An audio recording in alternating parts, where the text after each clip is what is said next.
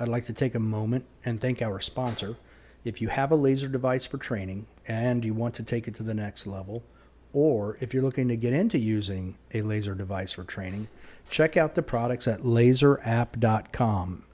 LASRAPP.com. You can use code CSP2021 for 15% off the items you've selected. And thanks for checking them out. Now, when you teach, you shoot IDPA, you've done protective service details work, stuff like that. How much of the protective service stuff do you incorporate into teaching civilians when they're looking at defensive handgun use? Yeah, none. Okay. So let me put it like this, right? My classes are performance shooting classes. Okay. They, in my opinion, as I've come kind of full circle in my shooting life, I guess, I've kind of come to the whole idea shooting, and I'm not the first one to say this. Shooting is shooting. The context may change, but the techniques really do not change. I'm always looking for the most accurate hits, the fastest I can make them, because that's what wins. And it doesn't matter if you're playing a game or playing the ultimate game. So it's the fastest hits, the fastest best hits win. And sometimes good enough is good enough. So I really don't incorporate. There's no tactics in my classes.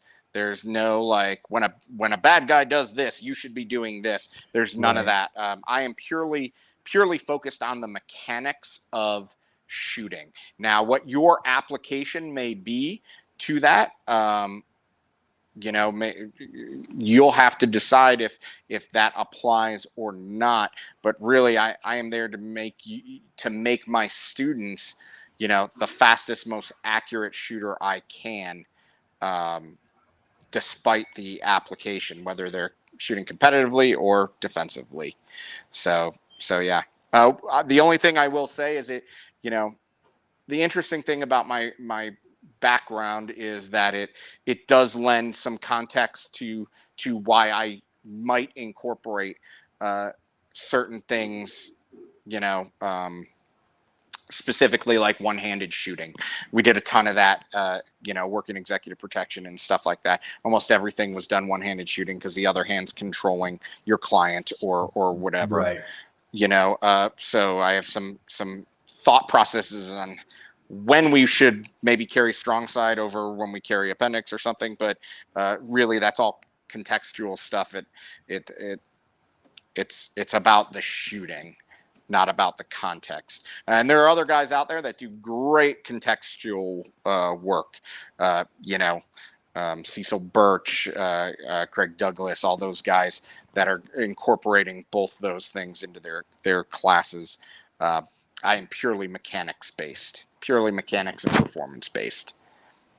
Okay. Gotcha. So do you ever go back and teach any of that other stuff, or is it just your stuff that you're doing now? Yeah. So every now and again, if someone wants to do like a private class and they want that stuff, sure, I can put together a private class for you. But again, I'm a big proponent in relative experience. My military experience now, I got out of the military in 2009. So my CQB is probably way outdated. Right. I stopped doing protective service work in 2014, 2015. Not that stuff really evolves at the same rate. But again, it's not really stuff I spend a lot of time on any longer. Again, if there's an agency or something that's like, hey, we want to do some PSD stuff with a focus on shooting, but we need to learn the learn the basics of, you know, the concentric rings and diamonds and stuff like that, I'll incorporate that stuff in there. And then make them understand the context of, okay, this is the context. Now let's apply the shooting packages to that context. But yeah, it's not something I offer generally to the world. Okay. Yeah. Well, and I asked for two reasons. One, I'm curious about the general makeup of your classes. Like, how many are competitive shooters and how many are people that carry that just want to get better with their gun that they carry? Sure. So that's a good question. I would say it's kind of a 50-50 That's what I would have blend in guessed. there. Yeah. So I get a lot of law enforcement guys that you know, for whatever reason, or they want to shoot better, whether it's from their duty gear or from, you know, a more covert type setup, appendix or 3 o'clock or concealment of some type. And then I get much fewer purely competitive shooters, because again, that world blends over so much now. So, but I do get, the other half is going to be the defensive, just civilian defensive. Granted, law enforcement is civilians as well, but the non-sworn, your average civilian carrier, defensive shooter. I get about half of those as well. So, and again, they overlap. There's competitive shooters everywhere. So Yeah. And I agree with your initial thought way back at the beginning, which is, when I went to my first competition, I was like, I thought I was good. And in comparison, I am horrible. Yeah. These guys are amazing. I'm like, I need to step up my game. Exactly. So I totally get it. I carry and I compete. And my sister's a law enforcement officer, and she's basically required to carry anytime she's off duty. So she's a civilian concealed carrier at times as well, even though she still has a badge. So yeah, totally get it. That's why I asked, because like you were just saying, there's plenty of times that cops only shoot basically once a year for qual. There's a lot of, that barely do that. So I could see where you would get a lot of law enforcement students just to learn better how to shoot, whether it's concealed or from their duty gear or whatever. So yeah. I imagine that's why I was asking, your students come from every walk of life. So yeah, absolutely. I will say now, so I've got my my 1911 2011 driver class, which is really a performance shooting class based around the 1911. So think of it as like it's a 1911 operator type class. But with the prominence of, the new staccato 2011s within the law enforcement community, I'm getting a much larger influx into that class of law enforcement guys that want to learn, why are we going to this $3,000 gun when our Glocks did good stuff? Right. So yeah. Yeah, I wonder too, because that's a lot of dollars for. I mean, they're great gun, but I mean, is it worth the cost difference? When you're paying 6 times the amount for the gun. But, yeah. And that comes down to a personal thing. I'll say this, right? So Hilton Yam years ago, Hilton Yam of 10-8 Performance put out his thoughts on 1911s and 2011s as duty issued firearms, and it was a resounding, they should not be department issue guns, they should be individual purchase approved guns. And still to this day, I'm definitely in that camp. Fielding an entire department with 2011s or 1911s, man. I mean, yeah, it sounds great, but when you understand it takes into not only teaching everyone how to operate that system, because it is different. It has amazing capabilities, and if you don't understand those capabilities, it's not going to be a good day. But the requirements to field those systems and keep them running um, at a department level or a unit level, that's hard. That's real hard. And you Yeah. can't just get away with, armors that swap parts anymore. You need high level armors, if not a full-time gunsmith on your staff at that point, or a relationship with a gunsmith that, is going to take your work in and put it to the front of the line. So, yeah. But that being said, as an individual purchase option for officers, I'm lucky. I live in a county that allows 1911s as duty firearms for personal purchase.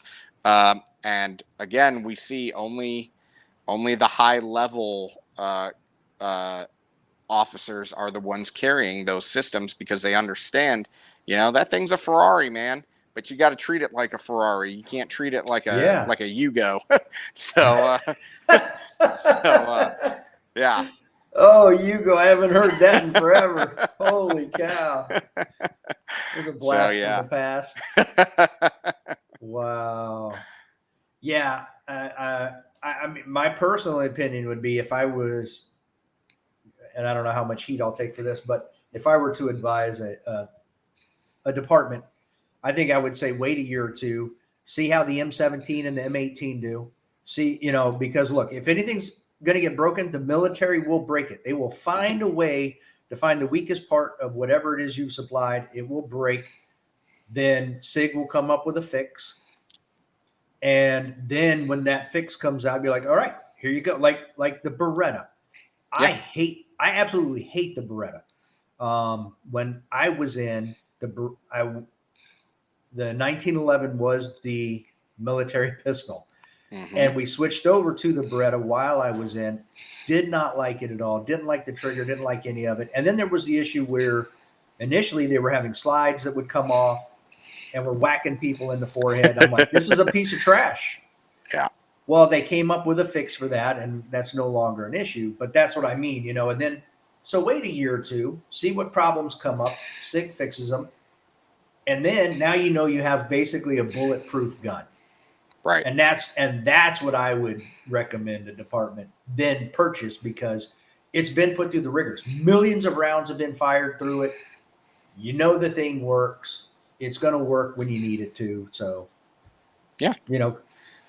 The staccato thing is, if the military had adopted it and you give it a year or two, then whatever. Sure. But yeah, that's a lot of money for a small.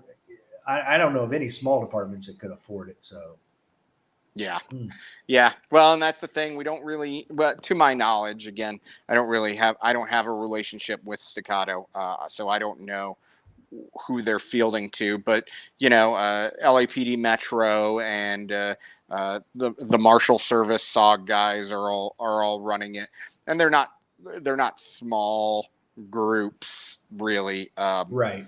But they also have a much more dedicated end user on the whole, and a large budget. Yeah, the large budget is going to be the thing. Now, that's the other thing too. There are, again, I go into this into my 1911 driver class. There are some significant benefits to the platform that just do not exist on the other platforms out there. And if those features speak to you, for me, absolutely, it's worth the investment. But they have to make sense to you as the end user, not somebody else just saying, "Hey, the benefits are better. Here, use this, $3,000 gun." Because there are other things to consider when it comes to those fielding those guns, for sure. Yeah, absolutely. Now, the second reason I was asking about the different types of classes and the protective service stuff and defensive handgun uses. I know you're going to be at the Guardian conference this year, Mm-hmm. and that's put together by Riley and those guys at Concealed Carry, right? Yep, absolutely. Okay. Now, Riley's been on here, so we're friends. He's a good guy. I like him. Um, Absolutely. what is your topic? That's a great question. I'll let you know when I know. Okay, so the details haven't been worked out, but you're going to be there. Correct. Correct. Yeah, and I'm not sure what Riley wants me to focus on for that. If I had to guess, obviously it'll be some type of performance aspect of shooting, whether that's the mechanics of let's say an appendix carry presentation or integration of red dots. I doubt it will be 1911, 2011 focused. Riley helped me, I believe it was last year at a conference we were both teaching at. He had for me, so he got kind of a snapshot of what my classes look like. So there may be something in there. I spend quite a bit of time on recoil management and understanding recoil and timing of guns and things of that nature. And he may want me to discuss something like that. But at this point, I really don't know. All I can guess is that it's probably something performance oriented. Okay. Now, do you have any preference between like a strong side carry or an appendix carry? Oh yeah, absolutely. So I am a huge proponent of appendix carry. Um, just the benefits of appendix from both the defensive side and the performance side uh, are honestly just huge. Again, not to step out of my lane in the defensive stuff, Craig Douglas and Cecil Birch are probably the two guys that can speak the most to this. But the guarding the gun against other people in the appendix position, is just so much easier versus a 3 o'clock or God forbid a 4 o'clock type carry. It's night and day, especially in an entangled encounter. Um, so there's that aspect of it. But from purely the performance aspect, um, the closer I get the gun to my center line, the easier it is to get the gun in front of my face. And even though a two-handed draw from 3 o'clock is possible, it's not super efficient versus a two-handed draw from the appendix position. I will throw the caveat on there again. We talked a little bit about my background. The one thing I will say within executive protection, if you are on a client in the inner ring, you are going to be there protecting your client.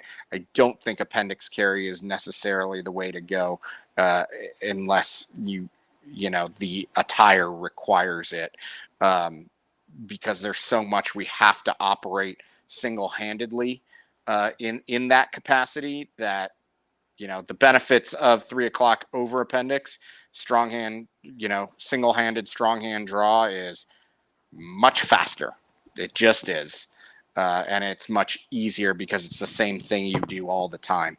So yeah, with an open front garment, I'm referring to. I Right. should caveat that with an open Yeah. front garment. Again, if I have to go closed front garment, I'll go back to appendix carry because at that point it's negated. But Right. You have to use two hands regardless. exactly. So, but outside of that context, appendix carry all the way. Yeah, I agree. Totally agree. And I mean, I've even seen guys in competition, like you were saying, local matches, IDPA draw, competing from appendix carry, and son of a gun if they're not as fast as everybody else out there.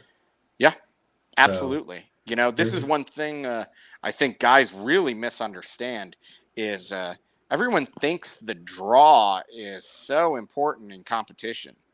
And what we've proven time and time again is that the draw to first shot is far more important in defensive encounters than it is in competition, because almost always in a competitive setting, we're moving as we're drawing the gun. We're eating time as we're drawing the gun. It's very rare that targets outside of classifiers present themselves right in front of us where we're going to draw to that. So appendix carry, even if there is a change, from our standard setup from an open rig, most guys are getting their draws in almost the same amount of time at this point. So you're absolutely correct. Absolutely correct.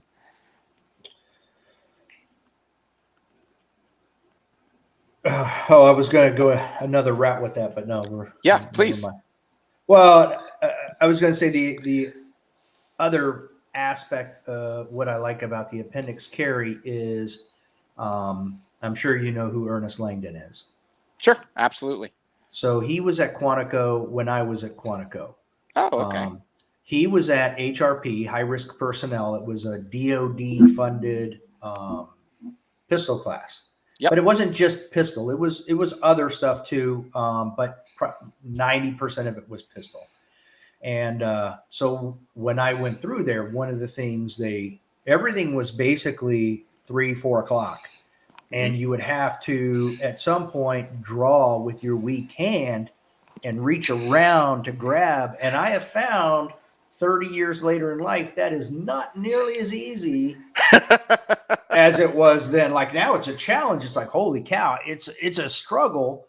So looking at it from that aspect, having everything right in front to me is way more beneficial for things like that. Oh, absolutely. Absolutely. Yeah. Night and day difference, especially, Yes. Incorporating that weekend only presentation. Absolutely night and day. Yeah, so, especially if you got a little of the extra ballistic cover that right. I have. The absorption. Exactly. My natural ballistic abilities here. Body armor gets in the way. But yeah. Yep. Now, what is your we briefly touched on you helping with the Modern Samurai project. What is your travel schedule look like for the rest of the year? Do you have time to shoot any like major IDPA matches, or are you primarily teaching and working on guns the rest of the year? Yeah, so the rest of this year will be almost all teaching and working on guns. I just don't have. I'm waiting to get into one more major match this year. New Mexico IDPA championship, I think. I can't remember. I'd have to look at practice score and see what I signed up for. But yeah, for the most part, it will all be teaching and building the rest of the year. And then next year will be much more competition and probably a lot more major IDPA matches than I've shot recently. I'm really excited about the new IDPA rules. I won't lie. I think we've gotten to a point where, okay, now we're getting more realistic. Now we're getting closer to what, may have been intended initially. So I'm looking forward to it, and I'm looking forward to shooting some majors in IDPA. Again, I haven't shot a major IDPA match in I think two years. Oh wow! Yeah. Just I went out to Colorado to shoot with a buddy that I used to teach with in Colorado, actually, and shot an IDPA match. And unfortunately, I shot it with the USPSA mentality. Where I was like, nope, I can drop some of these points on targets I really shouldn't have started dropping points on, just because I hadn't really set the right mindset for that match there, and really I was just there to shoot with my buddy. So yeah, but I'm looking forward to actually having a little bit more of an IDPA focus. Again, USPSA will always be my number one for the foreseeable future, but I am excited to shoot more IDPA with the new rules, especially with my carry gear. I love shooting with my carry gear. So if I could do that all the time, I absolutely would. So yeah. Well, and again, I feel, I shoot with now I use the Canik Rival. I've shot with Canik before, but now I use the Rival, but I also carry a Canik every day. Yeah. And I love to shoot that in the IDPA matches. It's got an RMR on it, whereas my other Canik has an SRO. So big difference in optic size windows, but still, it's still similar. The grip angle is similar, all of that. So it's not like I'm really taking any more time to find the dot or anything else, present to the target. And I can't think of a better way to test myself with my carry gear than shooting an IDPA match. I really can't. Yeah, absolutely. And that's, I will say, if I, again, and this is just me, if I could shoot USPSA with my carry gear, I think that is, for me, 100% the way to go, because it is more complex, and I have to make more decisions on the fly, which I like. That's the only thing I think it has, well, not the only thing, but a big thing it has over IDPA. But yeah, I mean, shooting with your carry gear all the time is it's just fantastic. It really is, and there's nothing better you can do. But IDPA is definitely a great sport, and if that's what you can run your carry gear in, then by all means, I shoot it as much as you can. So, and I feel like IDPA could do probably one more thing to really close the gap, because I'm already seeing a big migration. Sure. The Williams sisters, who are amazing at USPSA, are now starting to shoot IDPA. JJ just shot, Nils is shot. So it's interesting. You're starting to see a migration towards that as well with these rule changes. But I feel like if you were to allow, not run and gun, but if you were to allow shooting from cover to cover, yes, still no change of mags in the middle of the open. I get all that, unless it's empty. Right. But if you would allow people to shoot from moving from cover to cover, that's a realistic thing too, because you may be at a point in real life somewhere, whether it be in the military or on your own, where you're in a position where you're very vulnerable and you need to move to a better position. But at the same time, you can't just run. You need to lay down some type of protective fire to get yourself from point A to point B. And I think that's realistic. And that's the one more thing I think, if they could find a way to do that in the rule book, I think that would be one more big, huge point in their favor. Oh yeah, I 100% agree with you. 100% agree with you. That is still a shortcoming of the sport. I will say,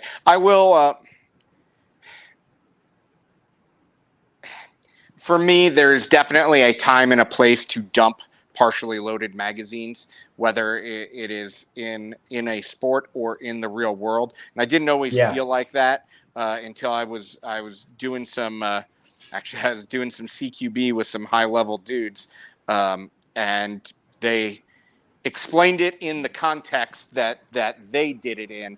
And I was like, you know what? That makes a ton of sense to me, and I totally understand that. And that kind of shifted my thought process. I understand why IDPA doesn't do it, and that also makes sense to me as well. I just like doing it. Within the context of certain stages, it makes sense. especially over a traditional tack reload or reload with retention. That would be another rule change I would like to see. But again, it's I understand why they do it, so I'm not too upset about it that it's not Right. getting changed. But I absolutely agree. And it's always kind of struck me as interesting why that has been a thing, especially in previous years, since there was such a stress on shooting on the move. And yet, here's a perfect opportunity to incorporate shooting on the move, and we were specifically disallowed from shooting on the move within that context. So yeah, I think that would be a great rules change for sure. Yeah. Yeah. I really think that would probably make IDPA even more attractive for other people, especially people who want to get better with their everyday carry gun and be able to practice scenarios, you know? Yeah, So, absolutely. And I will say, you mentioned the Canik Rival. Tim mhm. was out at my place not too long ago and happened to have one, and I'll tell you what, I'm impressed with them so far. Yep, there you go. Yeah, these things, I think I know Nils had a lot to do with it. Yep. I got to talk to him and Frank a lot at SHOT Show, and I've had Nils on before. Hmm. But the grip angle, the length of the barrel, this thing fits my hand amazing, and it's just like the perfect length and size. It's amazing. Yeah, It is a great factory offering for a Yeah. gun. It just really and when you get it, it comes with your tools and multiple plates, and I believe they include a holster in there with it, They 3 mags or 4 mags or so, I forget how many mags. It's really a great setup to get started in anything.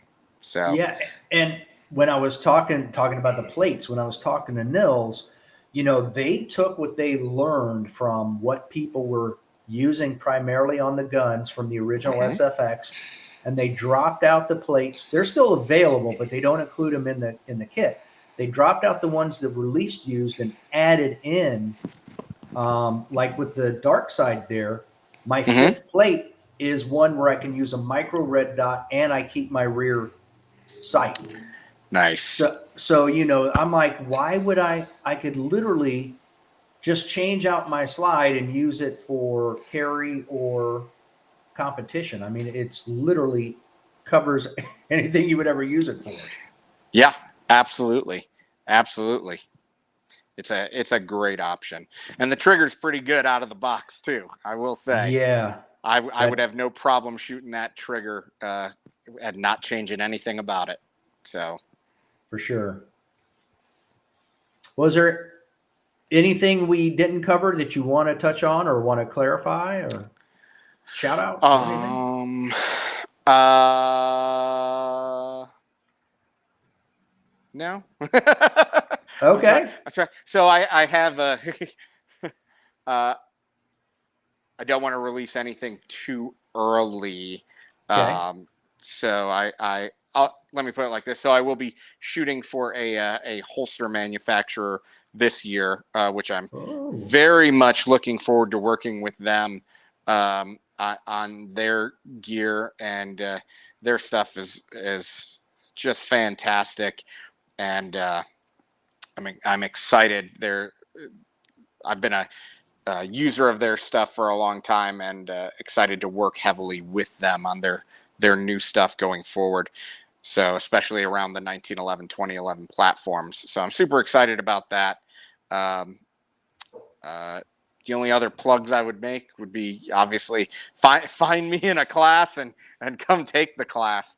If you're a 1911 specific guy, by all means, look into the 1911 driver class. But if you really want to learn performance, you know, I would say sign up for my performance handgun class. It is, it is truly it is all of me in a class, all the things I find to be the most important when it comes to mechanics in a class. So so I'm super excited about running that class again. So yeah. And it's shootingperformance.com. No, it is practicalperformance.org. That's what it is. That's That's right. Seaplander's website. That is correct. Yep, there it is. Practicalperformance.org. I had it up. I should have looked. Yep. Yeah. So Okay. that's the easiest way. We are changing a couple of things on the website because apparently, if you want to sign up for a class, hit the Take a Class tab. That's how you sign up, and all my current offerings are there. So. Okay. Oh yeah, Fort Lauderdale. You're in California a bunch. Yeah. Yep. Iowa. Yeah, actually, I'll be in Iowa next week for our 1911 driver, formerly 1911 craftsman class. I had to change the name of that class because several people thought it was a gunsmithing class and thought we were going to be building guns, and I was like, no, read the class description. and so I had to eventually, after probably the 10th or 11th person was, do I need parts to rebuild my gun in this class? I said, we need to change the name of this class. Wow. So you're not towing a 25-foot complete machine shop to California. No, sir, I am not. I am not. That would be pretty rough. Okay, let me do something here. Let me just screen share this real quick so that people can see what we're talking about too. There we go. Come on. And boom, there it is. There it is. And right up here in the upper right's your take a class. Yep. Cool. Yep. And so all our and that gets updated whenever we add a new class. So it's constantly updating, and that's where it is. So and looky there, you and Tim are doing one, July 30th and 31st. Yep. So so there are some of the joint classes Tim and I have are not on my website. They're on his because it's going through Practice Score.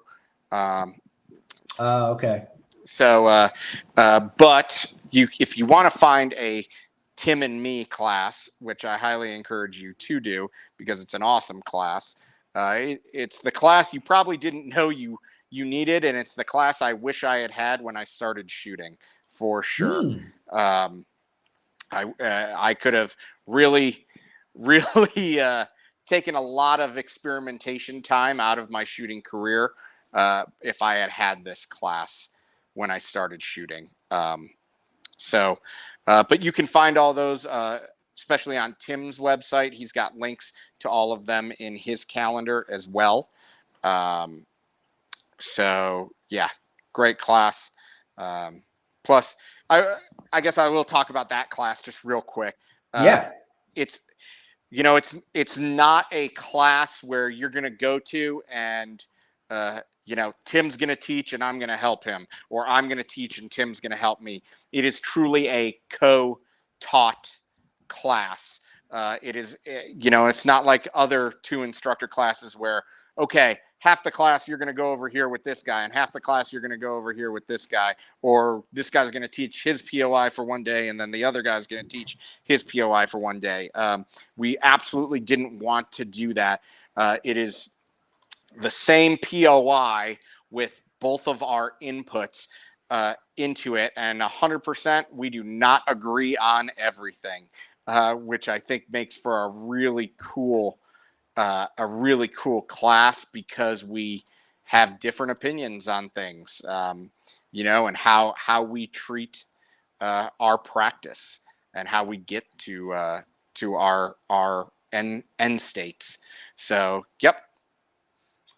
Yeah, this is on Tim's here. This is on his site, and this is the 2-day mastery class you were talking about. Yep, exactly. So that's our Cool. Train for Mastery class. And that one, we go really in depth. And I mean, if you guys look at it, right, the round count in the class is not super high, which we made sure, you know, ammo's expensive nowadays. And this is, again, yeah, this is not, it's not a technique class. I'm not trying to make you the greatest build drill shooter in the world. What I'm trying to do is teach you how to assess, you know, your own skill set and your own practice to make you the best shooter you possibly can be when I'm not there. Because let's face it, you're going to spend a lot more time on the range without me than you are with me. So this is what this class is about, you know. And Tim and I both want to give you our thoughts on how to become a master, or in Tim's case, a grandmaster. You know, one of the top 5 greatest single stack shooters in the country, if not the world. You know, how did he get there? How did we get to where we're at shooting wise? This is what that class is. So yeah. Well, and when you said, you know, you're going to shoot a lot more without me being there.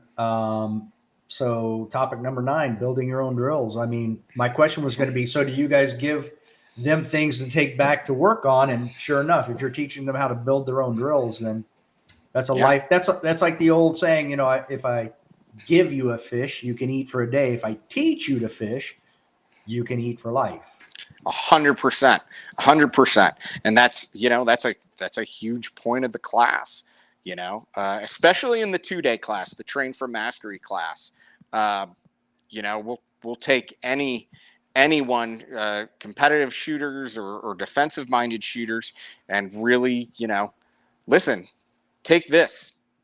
Now, let me show you how to turn this instance into a drill for you to practice and get better at this thing, you know. And there's some stuff like, you know, we'll give you some drills like, hey, how do I learn to sight track better? Well, this is the technique I use, the drill, but take the core concept of this drill, now apply it to, it doesn't have to be a build drill. It doesn't have to be, you know, 4 aces, but take the concept, and it can be all sorts of stuff. And we show you guys how to do that in the class.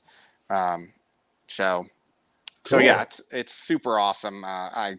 It's one of my favorite things to teach, not only because I get to teach it with Tim, of course, but because, you know, the curriculum is so near and dear to my heart. It's the class I wish I had when I started shooting. After my first mechanics class, I wish there had been a class like this instead of me chasing technique only classes for 10 years. So yeah. Cool. Yeah, I was just glancing over, looking at the 1-day class as well. So very interesting. Yeah, so the 1-day class, Practice with Purpose, is it's an abbreviated version of that. We just hit all the highlights of it, and try and give you the most we possibly can. And I'll tell you, it's a lot of information in one day. I bet it's you know, it's a lot. So yeah. So we have those 2 versions because sometimes you just can't make it to a 2-day class. So we wanted to have a 1 day that everyone could get to. Or, you know, one of the things we had discussed early on was, you know, sometimes guys want to do this after a match. So they shoot their local match on Saturday and they want to have a skills clinic on Sunday.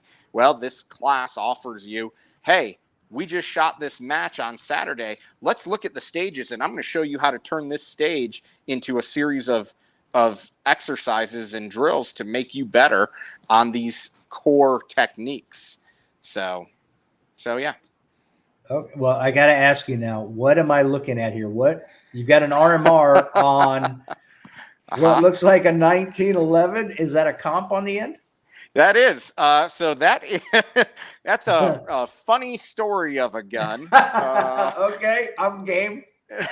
that is my Franken gun 2011. Okay. It's a commander length, so a 4.25-inch barrel that has a cone comp on it, and that gun is pretty much built completely from parts of other guns that I had sitting around my shop. Hence Frankenstein. Yeah. Yep. So it was on a frame that I had started building when I was a student, actually, in gunsmithing school, and customer, like halfway between, decided they didn't want it, so it was originally cut for a different slide. So you know, it's again not the tightest fit in the world, but she runs. You know, and the slide came off of. I think that slide was actually started life as a 5-inch slide, and chopped it down to a commander length slide, and it's just all sorts. The guide rod came out of another guy's gun because he didn't want that type of guide rod anymore, and I think the comp was brand new. I did order that comp from EGW. Okay. But yeah, everything else was pretty much a takeoff of that gun. So yeah, it's my Franken gun. She is ugly and but she works. So yeah, she's a Funny. fun one. She's a fun one. Yeah, I was looking at it, I'm like, what in the world? I'm like, all right, hold on. I got to zoom in and ask him because this is. Yep. If you zoom in really hard, I think you can see it in that picture. You can actually see my Sharpie on there where I drew where I was going to make the next cuts on that gun for I think I was doing a ball end mill cuts. May not be able to see it in that picture because of the clarity. But yeah, there's Sharpie on there and all sorts of stuff. That's hysterical. So yeah. Now, which RMR do you use? I use the my RMR is the dual light where it doesn't have a battery. Mm-hmm. Yeah, so I'll tell you, I'm not a big fan of that. No? I want to be able to control the brightness of my dot at all times. Makes sense. And yeah, so under any lighting conditions, because much like anything, you go into certain areas where your target is more illuminated than your gun, and that can create problems. Or the gun is far more illuminated than your target, that can create problems. So I really like. I typically prefer the RMR 06, which is I have the ability to adjust up and down the brightness as I want it, and it is a 3.25 MOA dot on it. That's kind of where I found to be my happy place. I shot an RMR 09 for a long time, which was a 1-minute dot, because when you shoot a super accurate gun and you have a super tiny dot, it's really awesome to print super tiny groups at 25 yards. But sometimes I will say, because that dot is so small, again, with a target focus, it can be hard to pick up that dot when I wanted to. So I've kind of landed on the 3.25 minute dots. But honestly, on most of my guns, I run hollow suns. So 2-minute dots on them. So yeah. Okay. Yeah, and I know what you mean about the brightness of the dot, because I shot up at Shadowhawk a couple of times. Area 8 was one, and I forget the other one. Mm-hmm. I think it was Delmarva. And both times before I switched to the SRO, there is a building they have, and you shoot undercover, and the targets were outside of the building. And I presented my gun, and I was like, where is my dot? And it literally probably took about 2 seconds of just standing there going, what is going on? And then I realized it was super faint. Yeah. So I didn't have to do point shooting, but in a way it almost felt like point shooting because the dot was so faint. It was hard to see. Yeah. So. Yeah. And that's, again, that's one of the main reasons I want to be able to control that. And, I get it. Some guys want that auto adjust, because they carry that gun all day, every day, blah, blah, blah. For me, it's really quite simple. I get the gun out in the morning. I brighten it up to where it blooms. I come one down, and that's about the perfect mid setting for everything defensively that I'm going to do. And if I tend to go out at night, if I'm going to be outside at night, I tend to bring that dot down a little bit so it doesn't bloom. But I also need to be aware of if I light anything up with photons from my Surefire, if my dot's too low, I'm going to wash out that dot too. So I tend to keep it much brighter than most would expect at night as well. But again, I like the ability to adjust that dot if I need to. So are those shake awake or are those on all the time? Nope, those are on all the time. On all the time. So, and I replace my battery pretty much once a year on those, and I'm really bad about turning my dots off. I just pretty much don't ever turn them off, and just replace my battery once a year, and it's good to go. Oh, that's pretty solid, because the thing the reason I went with this was so I didn't have to worry about a battery and it just pulling it up one time and when you need it and it not working. So that's why I went with the version that I went with. But I've considered taking a piece of tape actually and just taping over the top. So you cover up that sensor so it senses that it's in a darkened environment. So it'll always stay the same, but in a lighter environment, it would be an issue. So Right, exactly. Yeah. But okay. Well, AJ, that's all I've got. Okay. I appreciate the time, and we're coming up on 2 hours here. So it's been a great conversation. So I thoroughly enjoyed it. Awesome. Me too. And I hope we can do this again sometime, because now that we've got this part done, it gives me more to say, hey, we need to hit these other areas and talk about some other stuff. So absolutely. I would love to. Anytime. Awesome. That sounds fantastic. I'm going to hold you to it then. Great. All right. Well, good luck with everything and enjoy your very busy next 3 months. Thank you very much. I hopefully I will. All right. Until next time. Don't be a little bitch.